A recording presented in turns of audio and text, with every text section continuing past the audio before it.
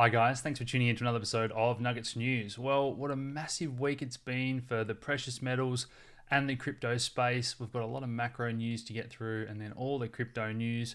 We do welcome a few hundred new subscribers again this week. Some fantastic monthly wrap-ups as well. Be sure to check those out.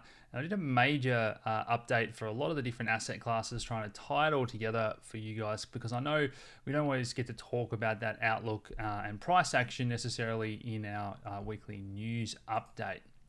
I just want to start off by saying that I hope you are enjoying all the education, and because this week has been so strong for gold and silver, we've seen a lot of people sort of jump on the bandwagon. It does remind me a little bit of when we're getting close to the tops that we've seen in the past. Specifically this video here that I made talking about how I thought a pullback was coming when everyone just gets a little bit too excited and we see these sort of retail lines out the door. And I've been speaking about gold and silver to my friends and family for 10 years, but on YouTube for over 3 years now, and this is the times when it was ideal to buy, when we've been making these videos, and like a lot of people, they leave it to the last minute to pile in. So just be a little bit cautious. The same with the cryptos we'll get into later on as well. But everything has played out perfectly. My thesis about DeFi, ETH and Bitcoin, gold and silver, it's just been a fantastic month, and I hope that you guys have done really well, but it doesn't always play out this way. So just keep that all in the back of your mind. When things are going so well, don't let it get to you. We're going to have volatile times ahead. A big welcome to 300 new members again this week. We're now up to 2,700 in our members group, and you guys got a sneak peek at our new project that we've been working on. So if you haven't already, just go to the videos tab and go and check out the new platform that we've revealed. And thanks to those couple of people that are helping us with beta testing, it's all going really well. So hopefully this will be out to the public. I'm not sure. I hate putting a date on these things, but probably a few weeks, I'm thinking. If you're not in our premium area, guys, we've still got all the free resources. So friends and family that are going down the rabbit hole, head over to the resources hub on our website. We've got dozens of these modules all put into categories. You can search the terms you're after, so take advantage of all that. Okay, let's get into the news, where Australia had their biggest deflation and quarterly loss in 72 years. So look, people might think that prices going down is a good thing, but deflation shrinks the size of the economy. So with that can come less money and less jobs, and that's not what central banks want. In terms of our manufacturing, we also came last of all the developed countries which I spoke about. These are things that we've been talking about on the channel since the beginning. In terms of the banks, now we know around the world there's a lot of banks that are struggling. We're going to get to some other news in a second, but this has been circulating from a number of people, and they're basically saying that as of next month, we're not going to let you deposit cash at Westpac branches, and then in December, checks. So some people from Westpac have actually confirmed this. It's pretty crazy stuff. I'm not sure if this is under the guise of COVID or whatnot, but yeah, let's wait and see if any of the other big banks stop accepting cash and check deposits. Some of the other numbers we got out of Australia, the building approvals, 50% year on year in New South Wales, they're down, 27% in Victoria. Now they've just gone into that lockdown as well. So look, these are pretty rough numbers here. And that is going to hit the construction industry, but that's still where our government is focused. So when we look at housing credit growth, really important stuff, it's the personal that's down 10%, which is just behind me here. And it's the rate of credit growth in a debt-based economy that determines, the size and growth in your economy. So not good for that to be going down, and that's why we're starting to see things like deflation in those numbers. In terms of who's being hit by all these job losses, well, interesting numbers first 2 weeks of July. It's the older generations that are being hit the hardest. So a lot of these are the people that wanted to retire but had to go back to work. And as you see here, some pretty big percentage losses in terms of that job growth. So look, it's good that people under 20 are still getting jobs here and there, but we know that overall hours worked and employment is dropping. So as I just mentioned, just a couple of hours ago, Melbourne placed in stage 4 coronavirus lockdowns again.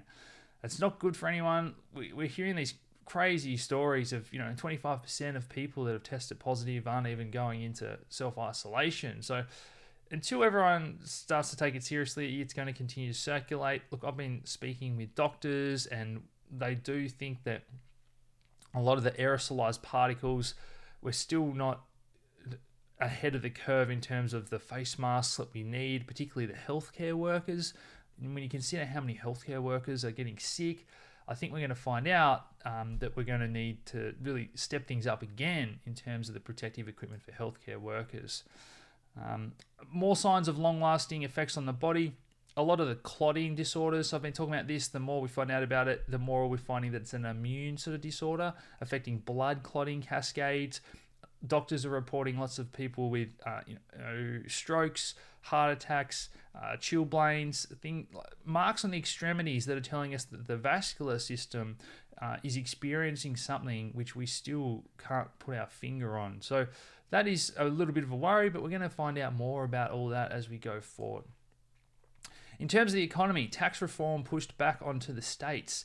And I think this is really a sign of where we're at the moment in terms of the government focusing on the wrong things in a lot of ways. New South Wales cutting land tax for 20 years, another ambitious build to rent scheme. So it's all about just building houses. I'm not sure what good it's going to do for jobs when we've got, hundreds of thousands of extra houses. We still need to create jobs and businesses that are going to grow. And I really like this tweet here. So not a truer word's been spoken by Treasurer Secretary Kennedy, but when you look at what they're saying here, and Philip Lowe continues to tell our government and others around the world that, from a fiscal perspective, it really means more is going to be expected from governments and policymakers. And that's at a time when they're at record debts. So I'm going to tie this all together, but that continues to be the backdrop. They're hesitant to spend, but people need them to spend. They need that support at the moment. So the China-Australia trade war is heating up. The iron ore industry is Australia's trump card. So yes, we really need China, but at the same time, this article is just saying how much they need us as well. One of the things that they have spent plenty of iron ore on and steel concrete is the Three Gorges Dam. And I continue to report on this because we've got more and more people covering it now. And I was surprised last week that I hadn't heard about it, but now there's some more mainstream coverage of what's going on with the Three Gorges Dam. So have a Google and read about that, because this is really interesting stuff in terms of what happens if that continues to structurally weaken. In terms of China's fiscal stimulus, some large numbers here in terms of the GDP and what is going to be required. We've seen all the countries around the world put the foot to the floor. I think China is probably going to end up doing more. Now, their banking system, like all, is very weak, and they're having to sort of encourage people and put in those capital controls to prevent them taking money out. But now they're trying to stem the flow of money into gold and silver.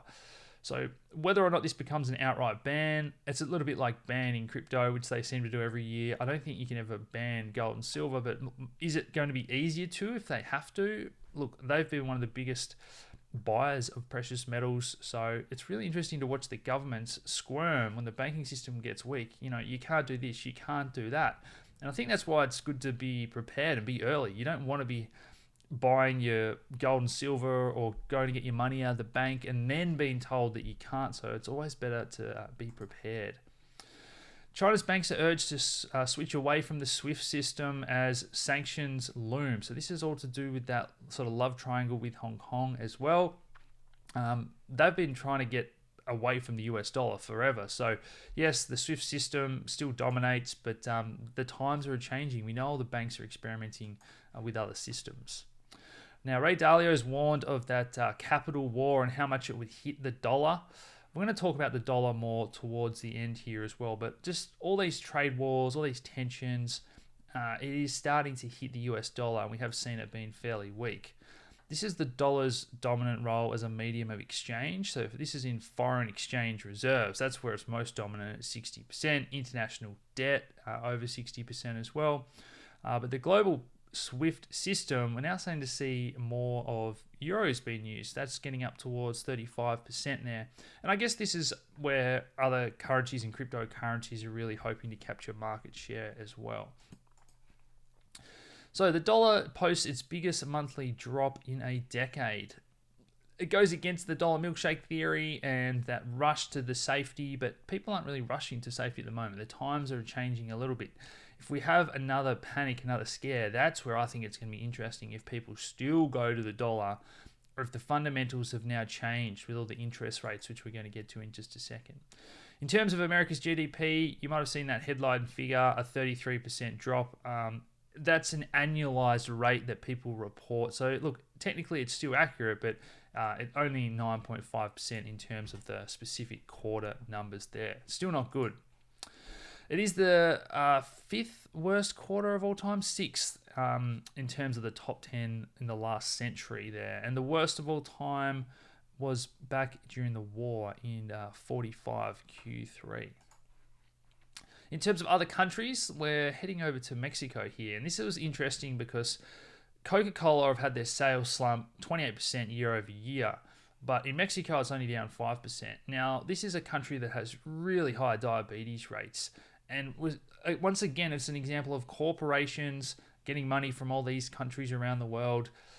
I think we are really seeing it turn, though, in terms of the consumption of soft drinks. We've seen it decline in other countries. People started to drink more water or whatever it is.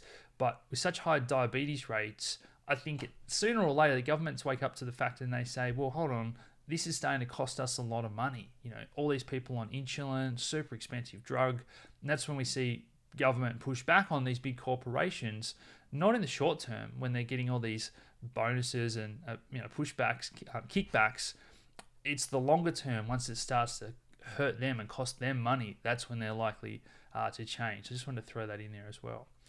Hertz are going to have to sell all their cars by next year after filing for bankruptcy. We've seen a huge uptick in second-hand car sales, and we've seen a huge drop-off in all those new car sales as well. So that means more older cars on the road. All these things add into a sort of macro picture that you can build together with what is going on. In the top end of town, we've got De Beers Diamonds are rethinking their business after a bit of a collapse. So, look, people aren't getting married at the moment, less diamond sales. And diamonds aren't one of those things that's purely supply and demand. There's a little bit of a, premium to just the fact of it is a diamond and everyone gets one when they get married. So it's a little bit like an iPhone. It doesn't cost $1,000 to make necessarily. It might cost $100, and there's other smartphones you can buy. So if you actually look into diamonds, you will find that is not something that is, a real free market in terms of supply and demand. There's quite a premium built into diamonds that they get sold at retail price. Kodak. So the craziness continues in world markets. Kodak had a pivot this week into pharmaceuticals. Then you heard me correctly. So this was the company that pivoted into blockchain when that was hot, and now they're pivoting into pharmaceuticals. And they did get a $765 million grant from the government here. So, I mean, what do you think about this? Is this retail investors just piling in? Are Kodak going to save us all and invent a new drug or vaccine? I mean, this is just crazy, these headlines that I'm reading to you guys in 2020. Corporate insiders pocket $1 billion. The rush to make vaccines. I mean, everyone is going to cash in on this. The conspiracy theorists have obviously got their take on all this as well, but I just think, putting all that aside, of course, the big corporations are going to try and make money off this. We've got hundreds of people trying to win the race to find something that works. But yeah, lots of money is being thrown around in an already very wealthy industry. 30 million Americans didn't have enough food to eat last week. They're the sort of figures that we're seeing, similar numbers in terms of not being able to pay rent. And that's why we're hearing this figure being thrown around in terms of what is going to be required from the next government handout just to keep people above that poverty line to get food on the table. So they're trying to move quickly. It sounds like they're getting closer. So many people are about to run off this $600 unemployment boost. 93% of it will fall. And I think that has just kicked in July 31st. Now, Larry Summers has warned that the new grave danger if this stimulus collapses. So similar in Australia, the message that the Fed governors are putting out there to the government is, keep going. Don't let those people fall into poverty and then stop paying their rent, stop buying food, that's when things can get nasty really quickly. So it's going to be at least $1 trillion needed to avert that disaster. An op-ed piece here. So this is just saying that even that unemployment fix from Congress won't stop that second wave of layoffs. And that's kind of what we keep reporting about. Once the jobs are gone, they're really hard to get back, and those type of things. Different story once again at the top end of town, where luxury goods consumption is now up, even compared to last year. So the wealthy and record stock valuations, they're out there spending more on jewelry and that type of thing. If we look at the retail trader, we continue to add record numbers of accounts. This is the average daily trade volume. So another record month here, as we see the average per trade. Retail traders really piling in, and we see in the numbers that they're not successful. So 60 to 80% retail traders are losing money on CFDs. The figure 90% gets thrown around, but it's still a high figure, and it's because most people are new. They haven't done a course. They don't know how to set buy and sell orders and take profits, and it's just that emotion that they trade off and end up losing on. Now, a couple of more interesting stories tying this all together is the CLOs, those collateralized loan obligations, are about to get easier for all those Robinhood traders to buy. Launching a CLO ETF, and we know how much they love ETFs. So yes, the Fed have come in and really rescued a lot of these, but they're bad instruments, they're bad products, and they're going to default if the economy stays this way. So we're already seeing the European banks take huge losses on some of these, $13 billion. Now, in America, a lot of the banks have made money and offset their losses by all these trading fees. So it's sort of cancelling each other, but $150 billion in CLOs is putting the insurance companies at risk. So your banks at risk, all the big insurance companies. So they're sort of getting together and saying, how can we sort of get these off our books? The Fed has really stopped. Maybe the other option is shield them to the retail traders. Private equity firms are also quietly returning to these debt-funded payouts. So this is why they want to push it onto those retail traders. All right, so the proportion of S&P 500 companies beating their estimates, and I've spoken about this in the past about how it's just a big game. So you talk about what your expected earnings are, and you just lower the bar because of COVID, and then you come out with this number that magically beats the estimate, and the algorithms say, oh, this is great, and everyone's betting on the earnings every day, and it's all just a big game. So it doesn't matter that the earnings themselves are terrible. It's 85% have exceeded those estimates, and it's just beating the estimates that keeps everyone happy. Now, Apple was one of those companies that beat their estimates on Thursday night, and it had a massive day. So this is now the most valuable company in the world, surpassing the oil producer Saudi Aramco. So, I remember when Apple passed $1 trillion, it didn't seem like that long ago. One of the first $1 trillion companies. There's a few now. I can't remember if Apple was first. I think it was Microsoft or Amazon. But anyway, up to 1.84. So maybe they're going to be the first to $2 trillion. Scrutiny around all these buybacks is already happening and will continue to do so. That's been one of the big drivers of increasing all these share prices. And they're still they're still doing it to some degree. It hasn't really been entirely cracked down on just yet. Now, all the CEOs of these big tech companies were dragged in front of Congress, and that was an interesting piece, a long one if you've got time to watch it. But there's a clear, misunderstanding. All these congressmen and women that are quite old, I don't really see anything changing there just because they don't have their heads around how this all works and data protection. So the next thing I want to talk about is the government bond yield. So look, everyone's attracted to stocks at the moment because of how well they're doing, but it's the advanced bond yields. And once again, this is the negative yielding bonds in grey, and it's back up to around 15%. I think it's trillion. Oh, 15%. Sorry, I think it's around $15 trillion as well. And that is the big uptick that we spoke about that was coming back, that was going to be a big driver for gold. So look, it's not necessarily the real interest rates. The actual interest rate. It's the real interest rate that has been the big driver for gold. So nominal bond yields, when you take away that inflation. And in some countries, particularly the US, look at that in the last few months. It's really taken a sharp turn. And we're talking that negative 3%. And I touched on this in more detail last week. But this is why people do not want to be in the dollar, because in real terms, you're losing money. So you're better to be in something like gold. When we look at the equity premium risk, so once again, people are saying, I don't want to be in the dollar, maybe stocks are more attractive. And once again, it's a bit of an uptick there. So I know that traditional valuations are high. You can make all the reasons in the world why it shouldn't be the case. But investors are just doing what is best for them in the short term. And there's so much money out there, and it's just looking for a home. In terms of the government debt, it always seems to be the case that government are already picking up so much of the slack, and that is heading into a downturn. And also when treasury yields are so low, so the time that they need money the most and need to be selling bonds, and they want people, the world, wanting US dollars, it's the time when it's least attractive. And this is just the perfect storm of all these things coming together for gold and silver and crypto as well. That's why they've been on fire lately. Now, the insider ratio, it's ticked down a little bit, but it's still very clear that a lot of insiders are selling, like I just covered there, while retail traders are buying. Kodak CEO got stock options the day before they set the stock soaring. So this is one of the things that seems to happen every week. It's a different company where these insiders are selling, or you get stock options. Maybe they're cutting their pay a little bit to appear like the good guy, but all this other stuff they're getting is just the compensation to make up for it. So the wealthy never lose. That's basically the message here. And the Fed have given them a free run of money. And now it's not necessarily directly, but it's either to sell stock or options or debt. And they've just got that money hose that's coming into their back pocket.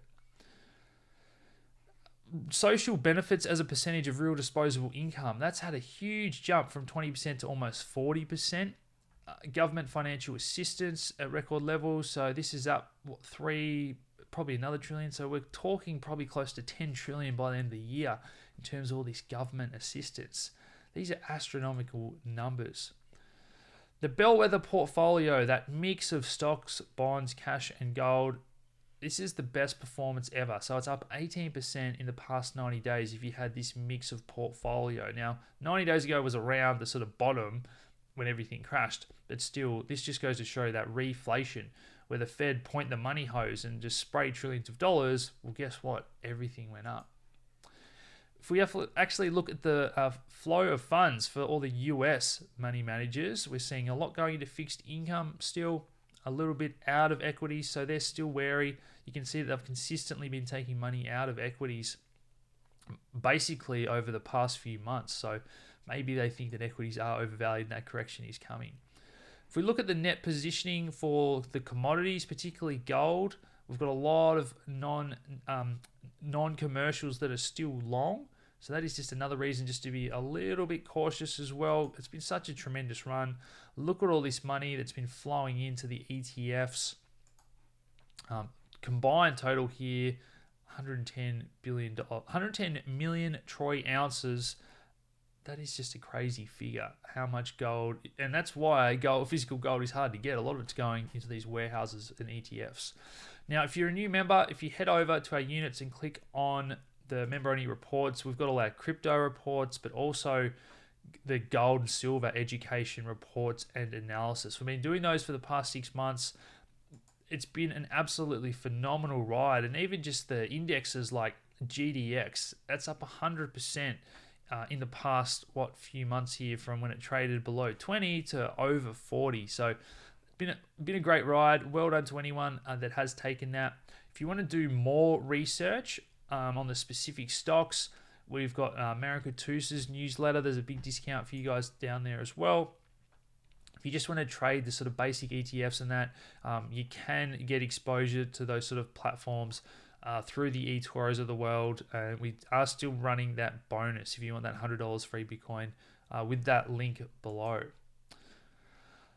Okay, so tying this all together, the Fed are extending their program until the end of the year. Look, I remember when the temporary, transitory, emergency repo measures started. That was a year ago. And then remember, on the GFC, it was temporary, emergency, monetary policy, low interest rates and money printing. And now that's just the normal. And actually, back in the day when we went off the gold standard, that was just going to be temporary, emergency measures of depegging these currencies. So when you read these headlines, it's the new normal. They might try to undo it for a little bit, but it's this whatever it takes. So you can't talk out both sides of your mouth and say that it's temporary and transitory. Oh, but we're going to do whatever it takes for as long as it takes. The balance sheet runs off a little bit. This has happened from time to time over the years, but then it's just blown out of the water, and it makes the little downtick at the time seem absolutely just so insignificant. And this is what the Fed are going to have to do. If government run a $10 trillion deficit, they're going to have to step in and start to buy that, because the market is not buying that at the moment. And I don't think they want the dollar crashing anytime soon. Okay, so into the crypto news, and what a wild last few hours it's been. We'll have a look at price towards the end, but the Australian Securities Watchdog is just warning about all these fake celebrity endorsed crypto scams. So you'll see them pop up on Facebook. You'll probably see them pop up at the start of this video, guys. Use the Brave browser if you can. That blocks all the ads. But please be careful out there. There's so many scams, whether it's the promised guaranteed return stuff or these celebrity ones. They're coming in the gold and silver space as well now that that's been on fire. If it's too good to be true, it is. Send your friends and family over to our website and click on scams. Search scams nuggets news on YouTube. I've done that video that clearly explains how to tell what are scams. Now, thankfully, 27 of the execs behind Plus Token have been arrested. I read another story more recently that it was over 100 of the higher ups now. So look, that's really good. Hopefully that $6 billion of crypto doesn't get dumped on exchanges anytime soon either. But they're out there. Hopefully those blockchains are helping catch all those crims. Blockchain can be part of Australia's cyber security strategy. Remember we saw the Twitter hack. I think all these sort of things, people are now realizing that yes, this technology can be used to make platforms and databases more secure. And the Australian government and Perth Mint are actually involved in another tokenized gold venture here. So Perth Mint have already got their own gold-backed token. We've got Tether Gold, so many Ainsley gold and silver tokens in Australia, but this is another one, Universal Gold it's called, getting together with Ledger, Certic, and Uphold. So you can never have too many gold tokens. Now, China's Telegram spin-off has launched a testnet and a token airdrop. So this is kind of funny how China and US have got these tech wars going on. The SEC come down, the US regulators on Telegram and shut them down, and then the Chinese basically clone it and airdrop tokens to everyone. So in some ways, this is going to go ahead despite what the SEC have done, which is funny. China's BSN blockchain network aims to use 40 public blockchains within a year. So they announced 6 last week, some of them lesser known. All of them jumped at the time. But 40 public blockchains, probably more. And I think China just wants to run nodes for all these so they can monitor all these public blockchains of what's going on. Over in Japan, Bitflyer are using Brave's new partnership to let Japanese users earn that BAT token. That continues to get a lot of adoption. As I said, it's free to use, guys. Check it out if you haven't already. And in terms of banking and payments, this remains the hottest sector with everyone rushing to win in this space. So 85% of Italian banks are now using their own interbank quarter. So R3 quarters blockchain, you've probably heard that term a lot, a private blockchain. And a lot of these banks are now using that. Bank of England are building their payments network to support a digital pound. So this is one of the reasons why I've always said that, again, I don't really see some of these other projects capturing market share when these other banks can sort of do it all themselves. The US banking regulator talking about digital dollars being better than their central bank monopoly money. So what a funny statement. You would not have thought that these sort of people from the traditional space are going to be starting to lean towards the cryptos, and people realizing, you know what, our money is becoming monopoly money at the rate that it is being printed. Now, Ripple exec unveils P2P platform for using XRP. So it's a good development, but I think it's that pivot away because they weren't winning and gaining traction in that other space that I said that they wouldn't, and they've pivoted away from the on-demand liquidity, which all the banks and payment providers were going to use. In my interview with Sam a couple of weeks ago, he said that was disappointing, and they've dropped the ball here, and they're kind of running out of time. So for me, look, you guys know that I've never been a fan of XRP, and I think it's just a scramble. They're trying to launch another product for P2P payments because after years and years and giving out millions and millions of dollars, that banking payment system just never caught on, and unfortunately that's the truth. But look, none of that really matters when alt season kicks off, and XRP was one of the best performers this week, hitting 30 cents. Binance has opened up a fiat on-ramp in Australia. Look, this is all just a bit of marketing. If you're an Australian, you've probably already used Binance and you've got plenty of on-ramps. We've got 250 exchanges in Australia registered. So there's another one now, another Aussie dollar on-ramp. Binance have started shipping all those crypto debit cards across Europe. This is that race to become the big neobank of the world that I keep talking about. Trust Wallet, 5 million users. So this is another branch that Binance have acquired, and they're wanting to expand all those DeFi services. Crypto-enabled investment app eToro. So they're now getting into this space as well, issuing these debit cards in the UK. So everyone wants to be a bank. A little bit like the pivot we've seen from XRP, and we've now got MasterCard and Visa, which are also in that payment space, really having to pivot towards crypto and try and keep up. So these guys are making some really big moves in the space, and will continue to do so. If you don't continue to innovate, you're going to get left behind. Coinbase, another exchange, it's becoming a bank, offering 2% on users to their DAI holdings, their stablecoin holdings. So behind the scenes, I'm not sure if they're lending that out for 8% or more, but either way, this is going to get a lot of noobs into crypto, even without investing in Bitcoin or Ether. They just want to get 2% on their holdings. So bringing people into crypto either way. In terms of 51% attacks this week, Dash has come out and said that they've made a few subtle changes. We've spoken about reorg attacks in the past as well, and the game theory of whether or not it's efficient to do so. But Ethereum Classic has undergone another one here by a single miner. Now, price didn't seem to budge at all, but this isn't the first time that Ethereum Classic has been hit with these. Now, exchanges have to freeze deposits and withdrawals when these kind of things happen. But yeah, these smaller chains, they really do risk being attacked. We continue to see it. Cardano have finally introduced their proof of stake and Shelley. So well done to Cardano. ADA's been on a tear. It is one that I've followed reasonably closely in our group. You guys know that I hold this as well.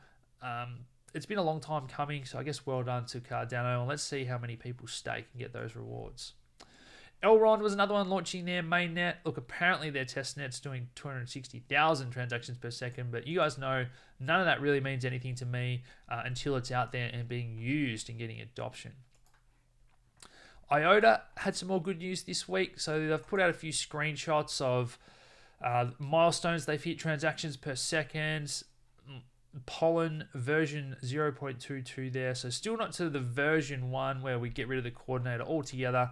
I've been talking about how IOTA was going to play catch up. You guys can't quite see that there, but it is up 50% since I put out that first tweet, and they've got all the big partnerships. It wasn't going anywhere. When everyone thinks it's dead, that's normally the time to be buying. Theta partnering with a Korean gaming platform to reward their 3 million users. You guys know I think gaming is going to be absolutely huge. A lot of it is happening on Ethereum, and Ethereum turns 5. So Vitalik was a teenager at the time. It's now a $40 billion blockchain with gaming, DeFi, insurance, everything happening on there. So very cool to think that that's only 5 years that it has really achieved so much. And Ethereum was the best performing asset so far this year, and I'm sure it still is after the massive run we've seen today.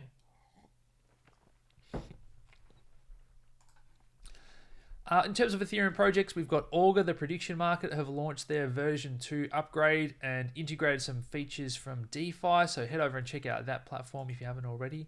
And Bancor have also launched their version 2 this week. So they are becoming a DEX with more features. So you can sort of think of this like a bit of a Uniswap or a compound. I can't wait to head over there and check out some of their newer features. Their token was another one that a lot of people thought was dead. We covered this in our May edition of our research reports, and it was trading between 10 and 20 cents that month. And this month, after they released that version 2, it hit $2. So that is another 1,000% winner. I hope you guys are enjoying those research reports. They're not buy recommendations. They're simply projects that we think have a lot of potential or are innovating, and it's still up to you to do your own research and determine whether or not they are for you. Now, a couple of other projects that have been in our reports and our favorites, Aave and Lend. So this staking proposal, again, giving their token more utility when it had already gone up 100x. That's what we want to see. Mainframe also been a good performer since I mentioned it for you guys. They've now integrated and acquired Sablia. So Sablia is that little money app where you can stream payments and see your weekly wage come in, second by second, and it starts to turn payments into streams of money. Very, very cool stuff. And they're now enabling a DeFi bond system on Mainframe. The other one that's been the best performer, so yeah, congrats to anyone that did get in SNX or Lend. They're now both up well over 100x from our research reports and from Matt and I talking about them. But interesting statement from Kane. We just covered Aave and why there's probably more potential upside there even after doing 100x, but synthetics is probably one in that camp as well. Now, could Australia become Asia's sort of crypto derivatives hub? This was a statement from Grant, who's a follower and friend of mine from Mind Digital, another Aussie exchange. And interesting, in the same meetup, we had Kane talking about how DeFi is going to make all that sort of legacy fintech obsolete, particularly exchanges, because that's what synthetics are trying to do. So this week, synthetics have launched decentralized versions of the FTSE, the Nikkei, a DeFi index. I think they're going to launch Apple stock and the big US indexes sooner or later as well. The other thing that I loved this week was that they took those steps to become decentralized. And this is something I spoke about, I think it was last week or the week before, when we saw Arbra and these other apps that were offering synthetic stocks getting in trouble with regulators. It says synthetics is just a protocol that's on the internet and it's decentralized now. So there's no one you can send a letter to or call into court or arrest or anything like that. It's just controlled by random nodes on the internet. And that is very, very cool. It's the unstoppable nature of Ethereum.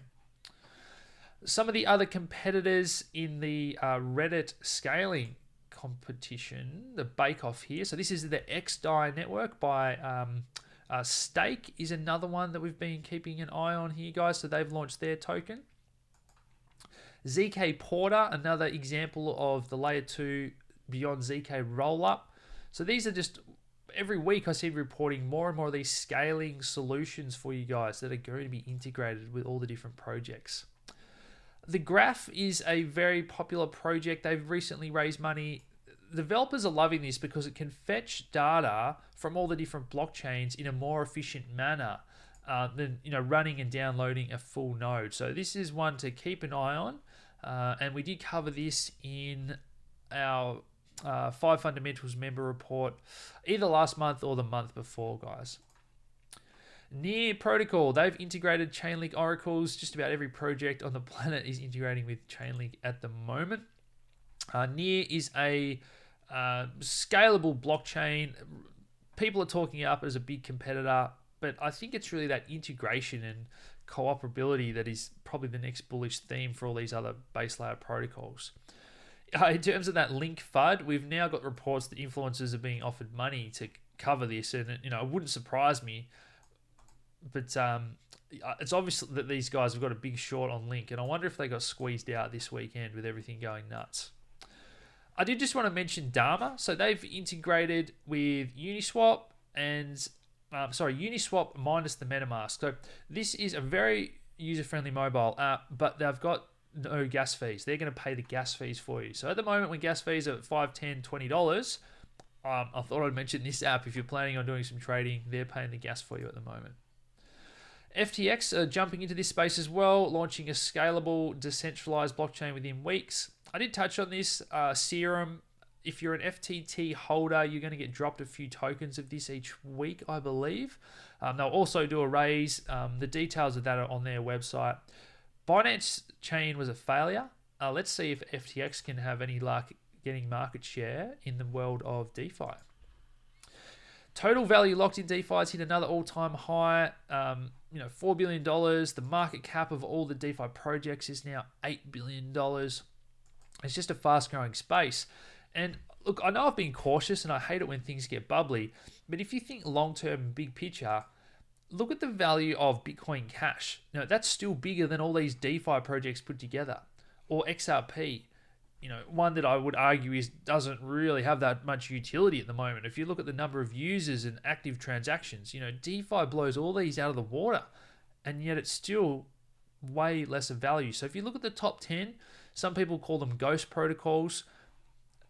Look, maybe in a year's time, a lot of these will be in the top 10. Who knows?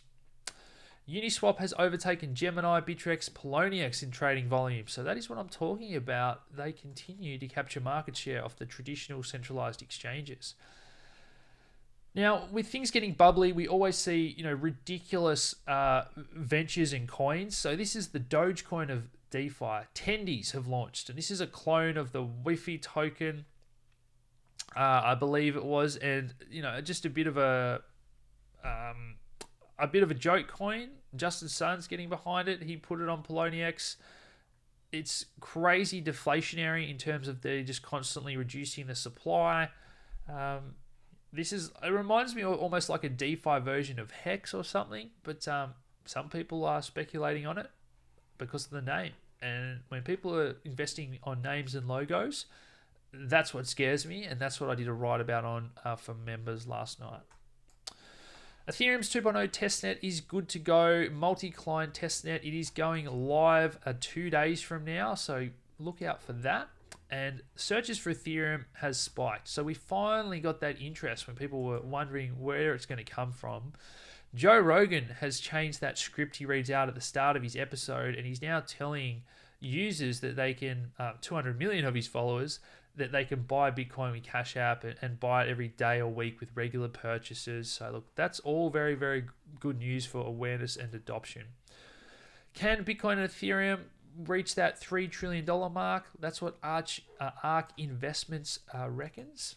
And one thing I just want to mention about storage, we did have all the ledgers there, the data get leaked. So that's 1 million emails. It was only, I say only, but 9,000 home addresses from Ledger. So there are websites you can go to check if you've been pawned or affected. So if you've got a Ledger and you think you might have put in all those details, best to head over there and check it out. I wanted to throw this one in there as well. So we talk about all the money being sloshing around. The US Treasury have got $21 trillion that they can't account for. So when you think about that figure and compare it to Bitcoin, that would put Bitcoin at $1 million each. So the money that governments are spending and the black budgets and that are just a drop in the ocean compared to some of the stuff that is being printed. Bitcoin mining, that geopolitical warfare, Iran have given the green light to some more power plants to increase their share of the hash rate and mining. And the last couple of pieces of good news here. Fidelity, they've got $7 trillion of assets under management for 32 million customers, and they came out with this investment thesis calling Bitcoin an inspirational store of value. So look, it's pretty clear, isn't it, guys, that the sentiment, the tide has begun to turn. A lot of these miners are sending flows to exchanges. So look, we might see a little bit of profit taking in the short term, but billions of dollars are still coming in. Look, every market's got buyers and sellers. Grayscale's sent $1 billion in the last 11 days. I spoke about how I expected Ethereum to sort of mirror silver and have a big jump, and it's done that this week. Ethereum's clearly jumped to over 400, and I expect Bitcoin to somewhat mirror gold. And now we have had that big jump out to $12,000 literally a day or two after I tweeted this, and I do think that it's only a matter of time until Bitcoin goes to all-time highs. But it is not going to be a straight line. Look at that daily chart and that crazy, crazy wick on ETH. The crazy wick there as well on Bitcoin. This stuff isn't good and healthy for the space. This 11.5 level is really important that we close above. This is what I'm worried about now, that if we close tomorrow with one of these upper wicks, that could lead to some correction and a bit of a pullback. Look at that monster run on ETH here, guys. So these aren't really healthy things. I mean, you can argue that if we bring up on a different chart and have a look at Bitfinex with some more history, yes, we can argue that Ether did this last time and went straight up, but that needs to unwind when we have those parabolic. And look, it doesn't look that big, does it, when you compare it to that run there where it went $1,000 in 5 weeks? But even just on the daily chart, it's great to have some stair steps up and consolidate rather than these huge wicks. That's not great. And I don't think the fact that price discovery happens on 100x exchanges, that this can still happen, it's going to turn off a certain percentage of people. Now, again, gold, it's had a huge run. Does $2,000 provide a little bit of resistance? Look, I'm definitely not selling my long-term holdings or anything like that with my gold and silver. I mean, just look at silver here. This is a technical chartist best friend when we see this TA that lines up perfectly like this. But this is the sort of levels where I'm seeing a bit of euphoria. We're seeing some technical resistance. It makes me think that maybe the stock market is due for a bit of the correction if the Fed aren't printing money, a lot of uncertainty, the COVID cases are at record numbers across the US dollar's a bit weaker. So a lot happening, guys. I'll continue to do my daily updates for you, for all the members. If you want to join our group, guys, and join 2,700 members, head over to nuggetsnews.com.au. But that's it for today, guys. Smash that like button, subscribe if you haven't already, share those videos around, and I'll talk to you again soon. Cheers.